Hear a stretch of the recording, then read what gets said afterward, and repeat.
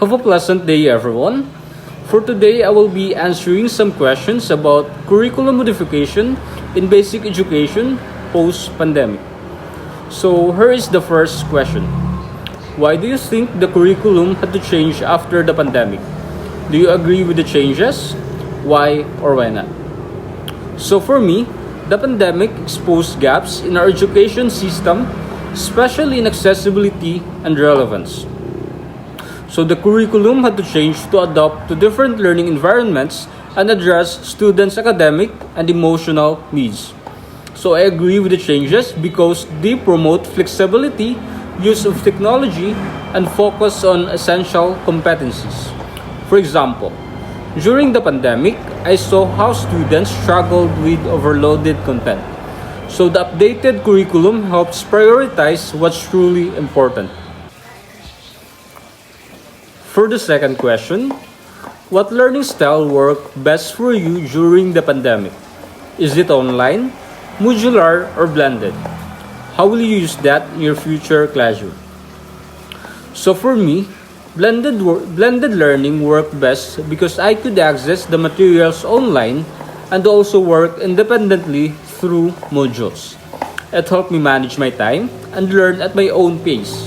So in my future classroom, I'll apply this by giving students both digital resources and offline tasks, especially for those who may not always have internet access. This way, they can learn more flexibly based on their needs. For the third question, if you were teaching in a place with weak internet and few gadgets, how would you help your students learn using the new curriculum?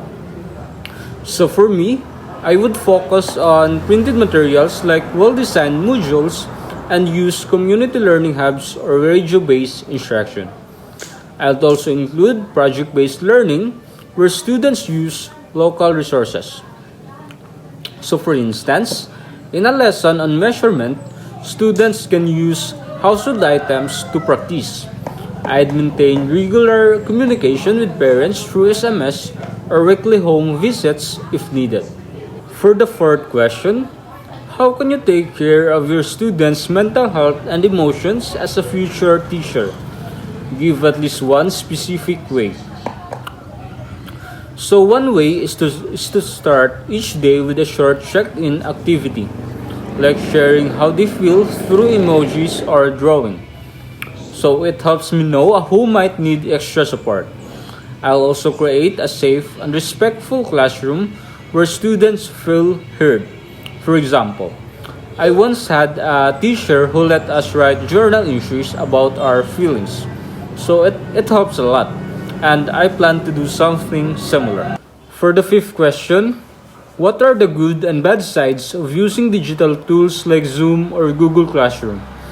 How can you make sure all students can access them? So the good side is convenience and access to various learning resources. The downside is the digital divide. Not all students have gadgets or stable internet.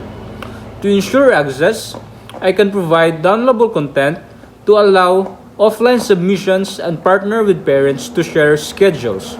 Also, I'll make sure materials are mobile friendly since many family only use smartphones. For question number 6, why is it important for teachers to understand laws like RA 10533 and DepEd's BELCP?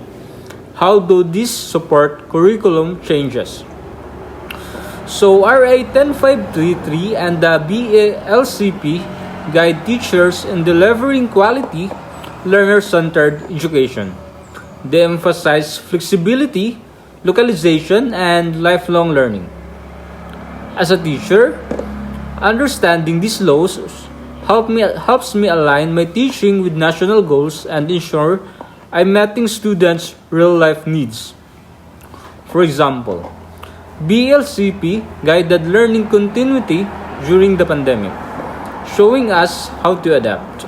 And for the last question, how will you teach both academic lessons and life skills like problem solving and communication at the same time in your class? So for me, I'll use collaborative and inquiry-based learning. For instance, in a science class, I can assign group experiments where students must communicate, solve problems, and reflect on results. While learning the academic content, they also develop teamwork and decision making skills. I believe integrating real life situations in lessons makes learning more meaningful and practical. That's all.